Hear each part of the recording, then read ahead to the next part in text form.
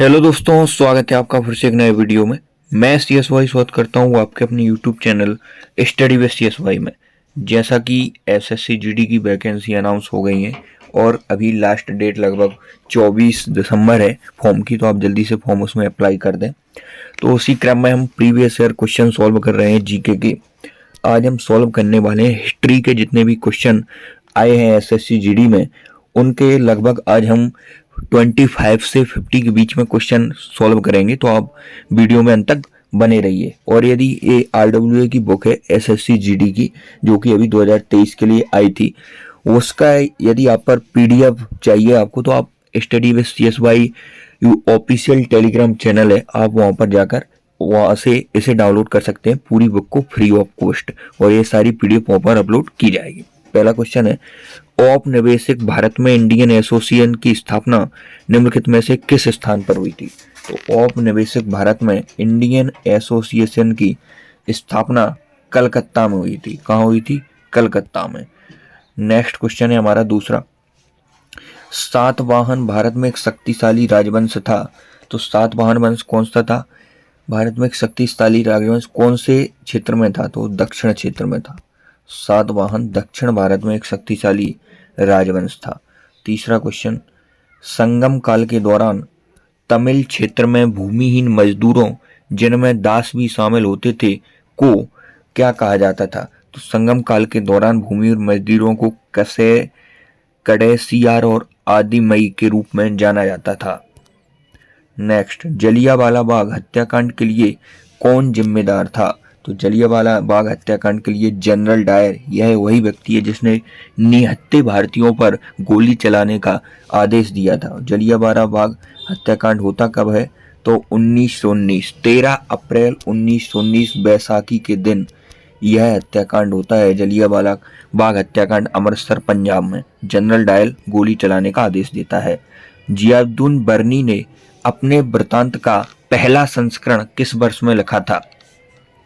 तो अपना वृत्तांत का पहला जो संस्करण है जियाउद्दीन बर्नी ने, वो 1356 में लिखा था। कब लिखा था? 1356 में। 6 नंबर क्वेश्चन, प्लासी का युद्ध कब हुआ था? तो प्लासी का युद्ध हुआ था 1757 में। और बक्सर का युद्ध पूछे तो 1764। बक्सर का युद्ध, प्लासी का युद्ध 1757 में। 1885 में आयोजित कांग्रेस के पहले अध्यक्ष कौन थे? 1885 में आयोजित कांग्रेस के पहले अध्यक्ष कौन थे?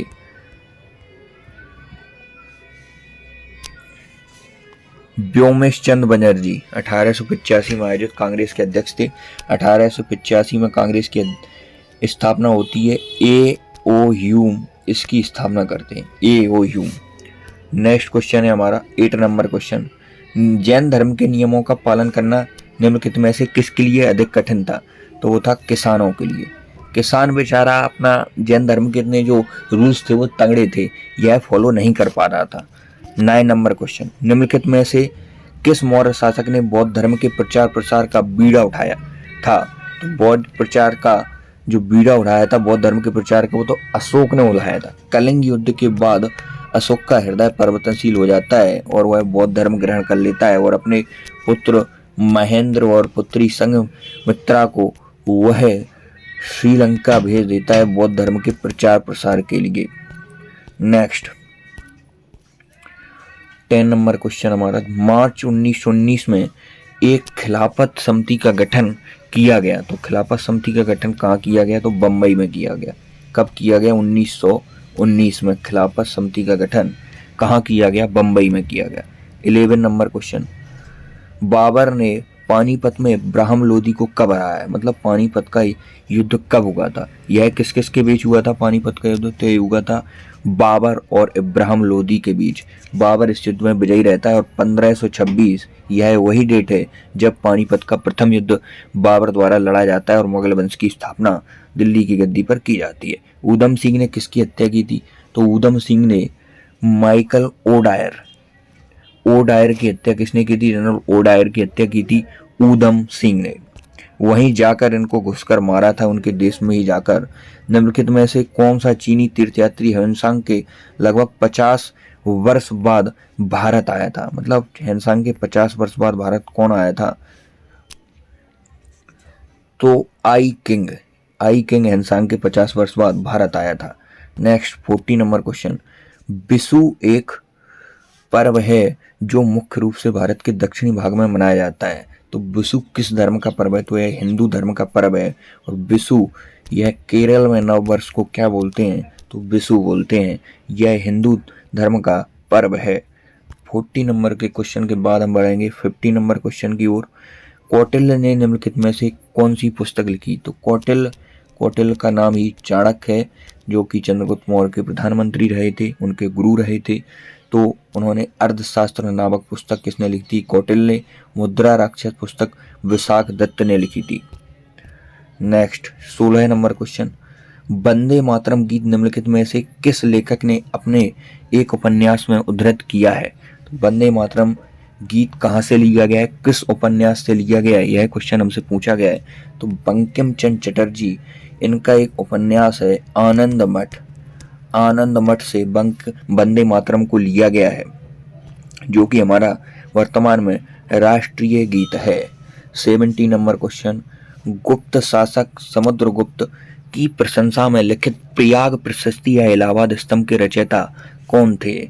तो वो थे हरिसेन। प्रयाग प्रशस्ति इलाहाबाद स्तंभ के रचयिता हरिसेन थे। कालिदास की पुस्तक मेघदूत है। मेघदूत कालिदास की पुस्तक है। रघुवंशम है, ये कालिदास की पुस्तक है। नेक्स्ट, दिसंबर 1929 में की अध्यक्षता में लाहौर में पूर्ण स्वराज की मांग हुई। मतलब 1929 में जो लाहौर में अधिवेशन हुआ था पूर्ण स्वराज की, जिसमें मांग की गई थी, उसके अध्यक्ष कौन थे? तो पंडित जवाहरलाल नेहरू, जो कि भारत के प्रथम प्रधानमंत्री भी रहे, वह इसकी अध्यक्षता कर रहे थे। 19 नंबर क्वेश्चन, निम्नलिखित में से किसने बज्जी पर प्रस्तावित हमले के बारे में सलाह लेने के लिए बुद्ध से मुलाकात की? तो वो की थी वत्सकार ने बुद्ध से सलाह लेने के लिए मुलाकात की थी बज्जी पर प्रस्तावित।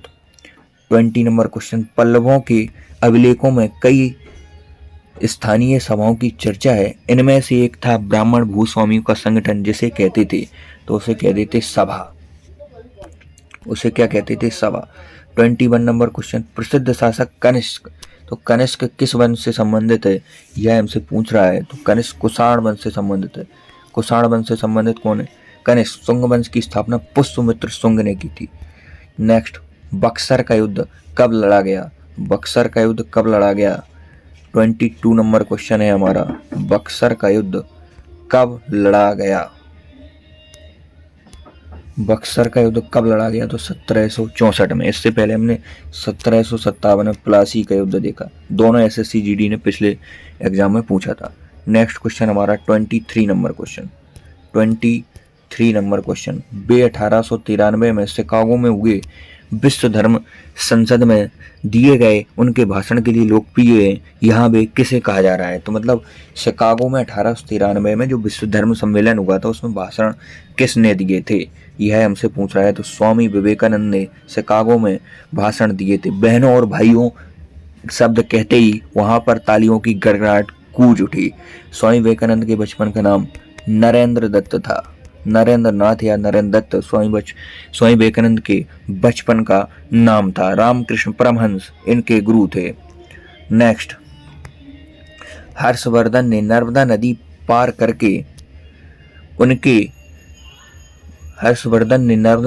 करके दक्कन की ओर बढ़ने की कोशिश की। चालुक्य नरेश किसने उन्हें रोका? तो चालुक्य नरेश पुलकेशन द्वितीय ने उन्हें रोका। नेक्स्ट 25 नंबर क्वेश्चन, जो कि आज हमारा लास्ट क्वेश्चन होगा। यदि आपका इस वीडियो पर प्यार अच्छा रहा तो निरंतर इस सीरीज को हम कंटिन्यू करेंगे। असहयोग आंदोलन के प्रस्ताव की पुष्टि दिसंबर 1920 में, असहयोग आंदोलन कब हुआ? 1920 में आयोजित भारतीय राष्ट्रीय कांग्रेस के वार्षिक अधिवेशन में हुई। तो नागपुर अधिवेशन जो कि 1920 में किया गया।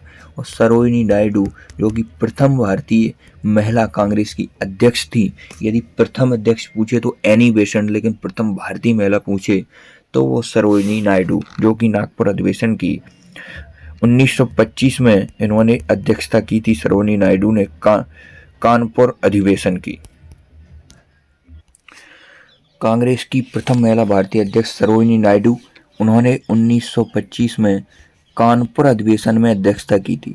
1920 की यदि हम बात कर लें तो ये नागपुर में अधिवेशन हुआ था।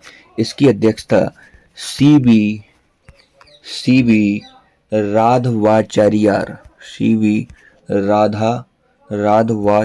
ने की थी। कांग्रेस संविधान में इसमें परिवर्तन किया गया था। वह 36वां अधिवेशन था कांग्रेस का।